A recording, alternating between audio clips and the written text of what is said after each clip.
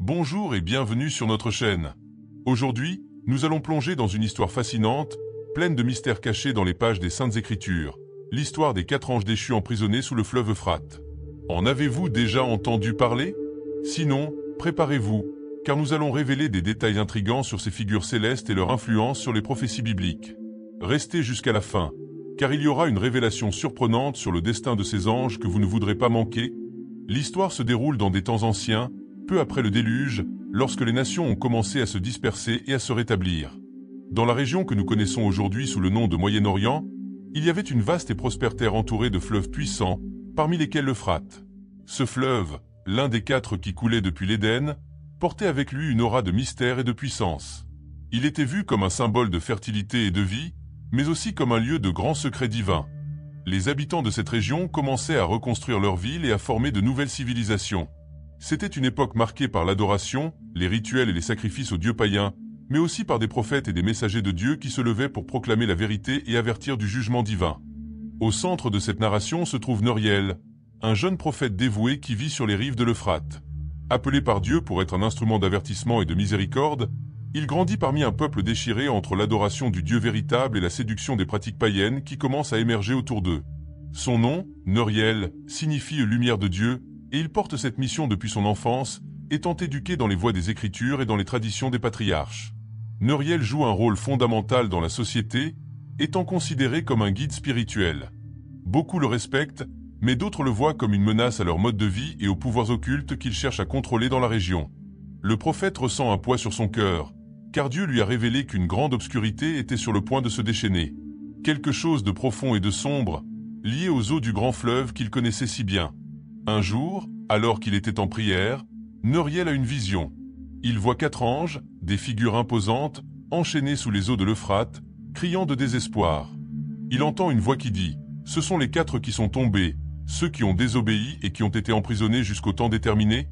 Stupéfait, il réalise que quelque chose de terrible et de prophétique est sur le point de se produire, quelque chose qui changera le cours de l'histoire.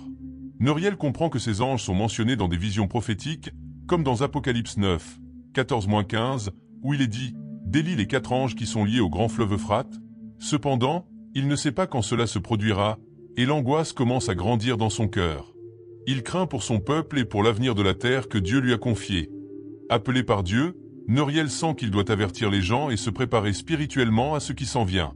Il commence à jeûner et à prier intensément, cherchant des réponses. Mais au milieu de ses prières, il sent qu'une présence de tentation et d'épreuve s'approche, comme si des forces invisibles étaient déterminées à le détourner de son objectif. Après la vision frappante des 4 anges déchus enchaînés sous l'Euphrate, Noriel ressent une profonde urgence de préparer son peuple à ce qui va arriver. Cependant, comme cela arrive souvent avec de nombreux prophètes, avant qu'il ne puisse accomplir sa mission, il est confronté à des épreuves qui testent sa foi et sa détermination. Noriel, connu pour sa piété et sa droiture, a toujours été un exemple pour son peuple. Mais un homme qui marche aussi près de Dieu attire aussi l'attention des forces du mal. Un jour, alors qu'il se préparait pour une longue période de jeûne et de prière dans les collines qui entourent le fleuve, Noriel est interrompu par un messager mystérieux. Cet homme, qui semblait être un voyageur ordinaire, se présente sous le nom de Arabe, un marchand prétendant posséder des trésors de terre lointaine. Mais quelque chose dans la présence de Arabe suscite une profonde inquiétude. Arabe commence à converser avec Noriel, lui offrant des richesses et une place d'honneur parmi les dirigeants de la région. Il tente de le convaincre que son talent et sa sagesse pourraient être utilisés pour gouverner le peuple, et que Noriel pourrait avoir bien plus d'influence s'il suivait ses conseils. La tentation qu'offre Arabe n'est pas seulement physique, mais aussi spirituelle, et il suggère que Noriel pourrait combiner son adoration de Dieu avec les pratiques païennes locales pour attirer davantage de fidèles. Noriel est, pendant un moment, ébranlé. Il sait que beaucoup de gens autour de lui ne sont pas disposés à suivre les lois de Dieu, et la pensée d'avoir plus d'influence sur son peuple le trouble. La proposition de Arabe semble être une solution facile pour atteindre davantage de personnes et guider la nation de manière plus efficace. Le doute commence à s'insinuer dans son esprit. Et si je pouvais aider mon peuple plus rapidement en faisant un petit compromis? À ce moment-là, Noriel se retrouve face à un choix difficile. Il pourrait utiliser sa position de prophète pour obtenir un grand pouvoir, en fusionnant le sacré avec le séculier, le pur avec l'impur. Mais son âme ressent la tension, comme une corde tirée des 2 côtés. Il se souvient des paroles entendues dans sa vision, et de l'avertissement selon lequel les anges déchus sont là à cause de leur désobéissance et de leur rébellion contre Dieu. Noriel se retire pour prier, cherchant la clarté au milieu de la confusion. Il se souvient des psaumes qu'il récitait lorsqu'il était enfant, en particulier le psaume 119. 105, « Ta parole est une lampe à mes pieds et une lumière sur mon sentier ». Il sait que la parole de Dieu doit guider ses pas, mais la séduction du pouvoir continue de planer sur son esprit. Arabe l'observe de loin, attendant sa décision, comme s'il savait déjà la bataille intérieure qui se livrait dans le cœur du prophète. Le marchand, percevant l'hésitation de Noriel, s'approche à nouveau, cette fois en offrant plus que de simples richesses matérielles. Arabe lui révèle qu'il possède une connaissance profonde des forces spirituelles qui habitent le monde souterrain et qu'il peut libérer Noriel du poids de sa mission prophétique. « Pourquoi porter ce fardeau seul ?» dit Arabe avec un sourire astucieux. « Laisse-moi t'aider à conquérir le cœur de tous, avec un peu de sagesse ancienne. Quelque chose que tu peux trouver ici, dans les profondeurs de l'Euphrate. » Arabe fait référence aux anges déchus, suggérant que leur pouvoir pourrait être utilisé à bon escient, si Noriel savait comment les contrôler. La tentation atteint un nouveau niveau. Il était invité à explorer un pouvoir caché, interdit, qui se trouvait sous le grand fleuve, celui qu'il avait vu dans sa vision. Noriel réalise que Arabe n'est pas simplement un marchand. Il commence à voir qu'il est pris dans un piège spirituel. La figure de l'homme commence à se distordre devant ses yeux. Au fond de lui, il sait que s'il succombe à cette tentation, il trahira son appel et s'éloignera de Dieu. La bataille dans son âme est intense. Il ressent l'attrait du pouvoir, de l'influence, de la capacité d'utiliser des moyens faciles pour accomplir ce qu'il croit être son objectif, mais il entend aussi la voix douce de l'Esprit de Dieu, l'appelant à revenir sur le chemin de la droiture. Au milieu du silence de sa prière, Noriel entend à nouveau la voix de Dieu, ferme et claire. « Ne te prosterne pas devant de faux dieux, ne t'allie pas aux forces des ténèbres, car je suis ton Dieu, et c'est moi seul qui te donne la force d'accomplir ton appel. » Les paroles pénètrent son cœur comme une épée, coupant tous les doutes. Après avoir résisté à la tentation d'Arabe et être resté fidèle à son appel, Noriel ressent une confiance renouvelée dans son but. Il retourne auprès de sa communauté, proclamant les avertissements et les révélations que Dieu lui a donnés à propos des anges déchus. Il prêche avec ferveur, appelant le peuple à se repentir et à abandonner ses pratiques idolâtres. Au début, certains écoutent, touchés par la passion et la sincérité de Noriel. Cependant, tout le monde n'est pas prêt à changer. Les dirigeants et les marchands influents, qui profitent des pratiques païennes, commencent à s'opposer ouvertement au prophète. Ils accusent Noriel d'être un faux prophète, un homme qui, selon eux, cherche à contrôler le peuple à des fins personnelles. En peu de temps, les rumeurs et les calomnies se répandent, et le prophète, autrefois respecté, commence à être rejeté et méprisé par beaucoup. La foi de Noriel est ébranlée, car il ne s'attendait pas à ce que l'obéissance à Dieu entraîne tant d'opposition. Il commence à se demander s'il a pris la bonne décision en refusant l'offre d'Arabe, et les paroles du marchand résonnent dans son esprit. « Tu aurais pu avoir le pouvoir d'influencer tout le monde, et maintenant, regarde, personne ne t'écoute ?» Les doutes l'assaillent, et il sent que le fardeau de son appel devient de plus en plus lourd. L'opposition à Noriel ne se limite pas à l'opinion publique. Sa propre famille commence à souffrir des choix qu'il a faits. Son père, un homme sage qu'il a toujours soutenu, est emprisonné par les dirigeants locaux sous de fausses accusations d'hérésie, une tentative de pression pour que Noriel abandonne sa mission prophétique. Voir son père injustement emprisonné brise le cœur de Noriel, et il se demande pourquoi Dieu permet une telle souffrance alors qu'il ne fait qu'obéir. De plus, des amis proches, qui marchaient autrefois à ses côtés, commencent à s'éloigner. L'influence de ceux qui s'opposent à Noriel est grande, et beaucoup préfèrent se distancer pour ne pas subir les mêmes conséquences. Noriel se retrouve seul, arpentant les rues autrefois pleines de vie et de joie, ressentant désormais la froideur des regards de mépris. Au milieu de cette période de solitude et d'épreuve, Noriel commence à ressentir de l'amertume dans son cœur. Il ne comprend pas pourquoi Dieu, étant si puissant, n'intervient pas pour libérer son père et justifier son nom. Dans un moment de faiblesse, il crie vers les cieux. « Pourquoi m'as-tu appelé, Seigneur, sur un chemin si difficile? Pourquoi m'as-tu abandonné ?» Les paroles résonnent, et il se retrouve face à un dilemme similaire à celui de nombreux prophètes et patriarches avant lui. Noriel sent que son cœur s'endurcit. Il commence à se demander si tous ses efforts en valent la peine. S'il avait accepté le pouvoir offert par Arabe, peut-être aurait-il pu aider son peuple de manière plus pratique. Les doutes et la tentation de revenir en arrière deviennent de plus en plus intenses. Au milieu de sa crise, Noriel reçoit une nouvelle vision, mais cette fois-ci, elle n'apporte pas de réconfort immédiat. Il voit une dévastation se répandre sur sa terre, une armée avançant le long des rives de l'Euphrate, et au milieu de tout cela, les 4 anges libérés de leurs chaînes. Il entend des voix terrifiantes et voit les anges semer la destruction. La vision le terrifie profondément. Il reconnaît des visages familiers, des amis et même des membres de sa famille souffrirent des conséquences de leur choix. À son réveil, Noriel est en panique. Il comprend que, bien qu'il ait résisté à Arabe, il n'a pas empêché ses ennemis spirituels de continuer à agir, et leur influence grandit encore. Il craint que ses actions, ou son inaction, contribuent à la libération du mal qu'il souhaitait tant éviter. Sous le poids des visions et des accusations qui l'entourent, Noriel décide de confronter à nouveau Arabe, cherchant des réponses. Il se rend au même endroit où il a rencontré le marchand auparavant, et en le retrouvant, Noriel lui demande « Si j'avais accepté ton offre, ces tragédies auraient-elles été évitées ?» Arabe, percevant la vulnérabilité de Noriel, insinue que oui, et que s'il avait accepté les richesses et le pouvoir, il aurait pu éviter le malheur et conduire son peuple vers un autre destin. L'esprit de Noriel est en proie à un tourbillon d'émotions. Pendant un moment, il est tenté d'accepter une deuxième offre d'Arabe, qui cette fois, lui garantit le pouvoir et l'autorité sur la terre, mais exige de façon plus explicite que Noriel abandonne complètement sa dévotion au véritable Dieu et s'allie aux forces qui émergent des profondeurs de l'Euphrate. Noriel hésite, et à cet instant, il sent l'obscurité tenter de le submerger. Il est au bord de sa chute spirituelle, et le poids de ses choix le place à une croisée des chemins. Céder et obtenir le pouvoir, ou résister, même si cela signifie affronter seul les conséquences. Après sa deuxième rencontre avec Arabe, Noriel ressent plus intensément le poids de son choix. Le doute et la tentation ont laissé des marques profondes, et il se rend compte que son cœur n'est plus aussi sûr qu'avant. Il s'isole dans les montagnes, cherchant un refuge où se cacher, loin du tumulte et des voix accusatrices. Le silence, cependant, révèle quelque chose de plus troublant encore, l'absence de la présence de Dieu, quelque chose qu'il avait toujours senti si proche. Noriel crie dans l'angoisse, mais a l'impression que son cri n'est qu'un écho renvoyé par les montagnes vides. Il se rappelle les paroles du psaume 51.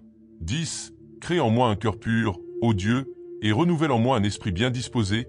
Mais, dans son état actuel, il sent que son cœur est loin d'être pur. Les tentations qu'il a affrontées et les doutes qui l'ont assailli ont commencé à corrompre son âme. Au milieu de ce moment de désespoir, un prophète plus âgé, nommé Azarel, le retrouve. Azarel, un homme aux longs cheveux blancs et aux yeux remplis de sagesse, a été envoyé par Dieu pour confronter Noriel. Il l'observe en silence, percevant la bataille spirituelle qui se déroule à l'intérieur du jeune prophète. D'une voix calme mais ferme, il lui dit « Tu t'es égaré, Noriel. L'appel que Dieu t'a donné n'était pas censé être facile, mais tu l'as traité comme un fardeau à éviter. » Noriel, face aux paroles d'Azarel, a l'impression qu'un voile est levé de ses yeux. Il réalise à quel point il a laissé l'amertume, la peur et le désir de pouvoir influencer ses décisions. Le vieux prophète lui rappelle les promesses et les avertissements de Dieu, ainsi que les visions qu'il a eues concernant les anges déchus, expliquant que ces êtres étaient emprisonnés pour une raison, et que Noriel devait être un gardien de la foi et de la vérité, résistant aux forces des ténèbres. Azarel le confronte davantage en disant « Dieu ne t'a pas appelé pour contrôler les forces occultes, mais pour avertir et protéger le peuple contre elles. Tu as essayé de te battre par tes propres forces, et maintenant tu te retrouves seul. » Les paroles pénètrent profondément dans le cœur de Noriel, qui ressent le poids de sa rébellion et de son manque de foi. Noriel s'agenouille, des larmes coulant sur son visage. Il confesse ses erreurs devant Azarel, mais surtout devant Dieu. « J'ai échoué à faire confiance, Seigneur. Pardonne-moi d'avoir laissé l'amertume et la tentation dominer mon cœur. » Ses paroles sont sincères, et il clame de toute son âme, cherchant le pardon et la miséricorde divine. Azarel, voyant la sincérité de Noriel, pose la main sur son épaule et récite les paroles d'Isaïe 1h18. « Quand bien même vos péchés seraient comme l'écarlate, ils deviendront blancs comme la neige. Même s'ils sont rouges comme le cramoisi, ils deviendront comme la laine. » Il lui rappelle que Dieu est miséricordieux et que, même au milieu de la chute, il y a rédemption pour ceux qui se repentent véritablement. À travers cette promesse, Noriel ressent une rénovation spirituelle commencer à s'installer dans son cœur. Il comprend que ses épreuves et ses chutes n'étaient pas destinées à le détruire, mais à le conduire à une plus grande dépendance envers Dieu. Il réalise que, malgré ses erreurs, Dieu ne l'a pas abandonné et qu'il y a encore de l'espoir pour qu'il accomplisse son appel. Azarel instruit Noriel de retourner auprès de son peuple et de continuer à proclamer la vérité, mais avec humilité et une dépendance totale de Dieu. Il l'avertit que les forces qui émergent de l'Euphrate sont plus puissantes qu'il ne l'imagine, mais que Dieu est plus grand que toute force des ténèbres. Il doit préparer le peuple à ce qui s'en vient, en leur enseignant à chercher le Seigneur en esprit et en vérité. Avant de partir, Azarel laisse à Noriel un dernier message. « N'oublie pas, Noriel, que le Dieu qui t'a appelé est le même qui a promis d'être avec toi jusqu'à la fin. Mais souviens-toi, la bataille est la sienne, pas la tienne. » Ces paroles donnent de la force au jeune prophète, qui, désormais restauré dans son esprit, décide de reprendre sa mission avec un zèle renouvelé. Neuriel retourne dans sa ville, affrontant toujours la méfiance de beaucoup, mais désormais, avec un cœur rempli de repentance et d'humilité, il commence à prêcher sur la miséricorde et le repentir. Il confesse ses propres erreurs devant le peuple, montrant que, tout comme eux, il a aussi lutté contre des tentations et des chutes. Cette attitude sincère commence à changer les cœurs de certains, et peu à peu, les gens commencent à écouter à nouveau son message. Après sa rencontre avec Azarel et son repentir sincère, Neuriel revient avec un esprit renouvelé. Il commence à prêcher à nouveau à son peuple, les avertissant du danger imminent qu'il a vu dans ses visions. Cependant, même avec ce renouveau spirituel, il fait face à la réalité que le temps de la prophétie approche rapidement et que les conséquences de ses choix, ainsi que ceux de son peuple, sont déjà en mouvement. Neuriel se rappelle les paroles d'Apocalypse 9, 14-15, délie les 4 anges qui sont liés sur le grand fleuve Euphrate. Il comprend que ces anges, des êtres déchus ayant désobéi à Dieu, seront libérés comme une partie du jugement sur l'humanité. Il avertit son peuple que les signes se réalisent et que la terre va traverser une grande tribulation. Un jour, alors que Neuriel prie au bord de l'Euphrate, un événement surnaturel se produit. Le fleuve, qui avait toujours été une source de vie et de prospérité pour la région, commence à bouillir et à rugir avec une force incontrôlable. L'eau, autrefois cristalline, devient trouble et sombre, comme si elle était envahie par l'obscurité des profondeurs. Les gens commencent à se rassembler, apeurés et confus, regardant Neuriel pour obtenir des réponses. Soudain, Neuriel voit 4 figures émerger des eaux, des figures imposantes et sombres. Ce sont les anges déchus, libérés de leurs chaînes. Leurs visages sont marqués par la fureur, et leurs voix résonnent comme des tonnerres, annonçant le jugement sur la terre. Ils sont libérés, comme prophétisés, pour apporter la destruction sur un tiers de l'humanité, une punition pour les désobéissances et les péchés accumulés. Neuriel ressent un frisson parcourir son corps. Il comprend que c'est la conséquence du péché et de la désobéissance de son peuple, mais il reconnaît également que ses propres échecs ont contribué à ce déroulement. Il tombe à genoux, suppliant la miséricorde, mais il sait que le jugement de Dieu est juste et que les conséquences doivent se réaliser. Le peuple autour de lui entre dans la panique. Beaucoup de ceux qui avaient ignoré les avertissements de Neuriel le cernent maintenant, implorant sa protection et son salut. Mais Neuriel, les larmes aux yeux, admet que seul Dieu peut les sauver désormais. La ville commence à connaître un chaos sans précédent. Des maladies, des fléaux et des guerres se répandent rapidement, comme si les anges eux-mêmes avaient apporté la destruction des profondeurs. Le prophète ressent un immense poids sur ses épaules. Il voit des amis et des membres de sa famille souffrir et être emportés par la calamité. La douleur de perdre tant de proches le frappe de plein fouet. Il se souvient du moment où lui-même s'était écarté, permettant au doute et à la tentation d'empoisonner son cœur, affaiblissant ainsi sa capacité à guider son peuple au moment le plus crucial. Neuriel se réfugie à nouveau dans la prière, cette fois avec un cœur brisé. Il comprend que, malgré son repentir, les conséquences de ses erreurs résonnent encore dans sa vie et dans celle de ceux qui l'entourent. Il cherche la force dans les Écritures et se rappelle les paroles de Lamentation 3, 22-23. Les bontés de l'Éternel ne sont pas épuisées, ses compassions ne sont pas à leur terme, elles se renouvellent chaque matin. Malgré sa prière, la terre continue de subir les conséquences. Les 4 anges, maintenant libres, causent la destruction dans plusieurs villes. Neuriel est contraint de voir son peuple souffrir, et il porte la culpabilité de ne pas avoir été assez fort pour empêcher cette libération. Il comprend que même si Dieu pardonne, les conséquences des actions passées peuvent encore causer douleur et souffrance. Il commence à prêcher sur la nécessité d'un repentir continu et sur la confiance en Dieu, même au milieu du jugement. Son peuple, beaucoup maintenant désespéré, commence à se tourner vers Dieu, implorant sa miséricorde et cherchant la rédemption que Neuriel prêche. Au milieu de la dévastation, Azarel réapparaît. Il rappelle à Neuriel que, même face aux conséquences, Dieu a encore un plan pour son peuple. Il l'encourage à continuer de prêcher et à garder la foi, car le repentir sincère et la recherche de Dieu peuvent apporter la guérison, même dans des temps difficiles. Azarel lui rappelle les paroles de Jérémie 29, 11. « Car je connais les projets que j'ai formés sur vous, dit l'Éternel, projets de paix et non de malheur, afin de vous donner un avenir et de l'espérance. » Neuriel ressent un nouvel élan. Il réalise que, bien que les conséquences soient en cours, il y a de l'espoir pour ceux qui se tournent vers Dieu avec sincérité. Il se lève et commence à aider les gens à s'unir dans la prière, à chercher refuge dans la présence de Dieu et à se préparer spirituellement pour les temps difficiles qui approchent. Neuriel conduit son peuple sur les rives de l'Euphrate, où tous se prosternent en adoration et reconnaissent la souveraineté de Dieu. Neuriel dirige une prière collective, demandant à Dieu de sceller leur engagement renouvelé envers lui et de leur accorder la sagesse pour marcher dans ses voies à l'avenir. Les visages des gens, autrefois marqués par la peur et la désolation, rayonnent maintenant d'une lumière nouvelle. Ils sentent que, malgré la gravité du jugement qu'ils ont traversé, Dieu a entendu leurs supplications et a choisi de les restaurer.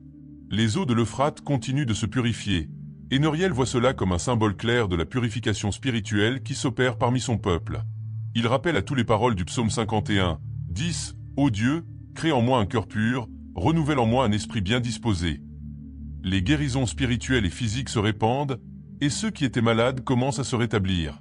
Des familles divisées par la peur et le chaos sont réunies, et un nouveau sentiment de paix commence à régner sur la ville. Cependant, Noriel sait que la rédemption ne signifie pas l'absence de défis à venir. Azarel, l'ange qui l'a guidé tout au long de son parcours, lui rappelle que la bataille spirituelle est constante. La rédemption a un prix, Noriel, et bien que Dieu ait accordé sa miséricorde, le peuple doit demeurer vigilant. Ils doivent se souvenir de cette période non comme une fin, mais comme un nouveau commencement. Ces paroles résonnent profondément dans le cœur du prophète, qui réalise que son rôle est loin d'être terminé.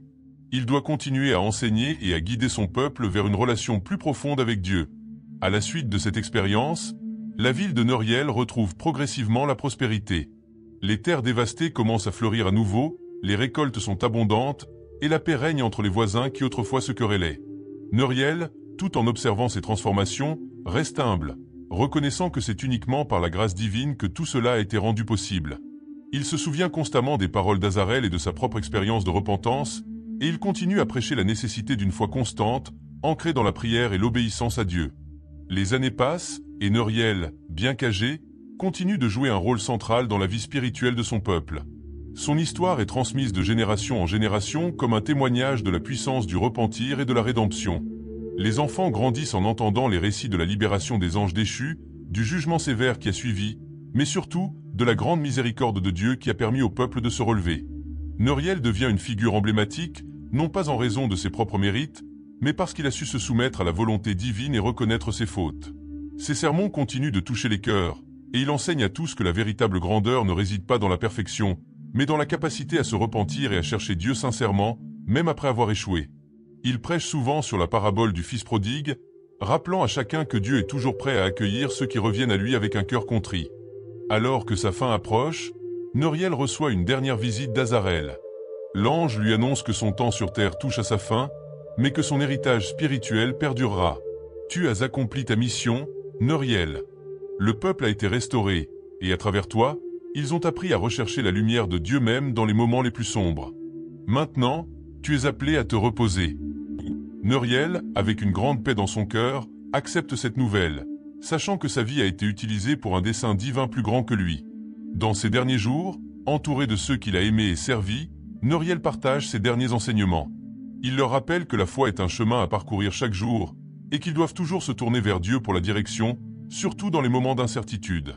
Il bénit son peuple une dernière fois, et en paix, il ferme les yeux pour son dernier souffle.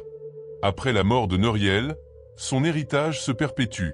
Les récits de sa vie deviennent des légendes, mais plus important encore, son exemple inspire des générations de croyants à suivre le chemin du repentir et de la foi. Les prophéties qu'il a reçues et les enseignements qu'il a partagés continuent d'influencer la manière dont son peuple comprend la relation avec Dieu.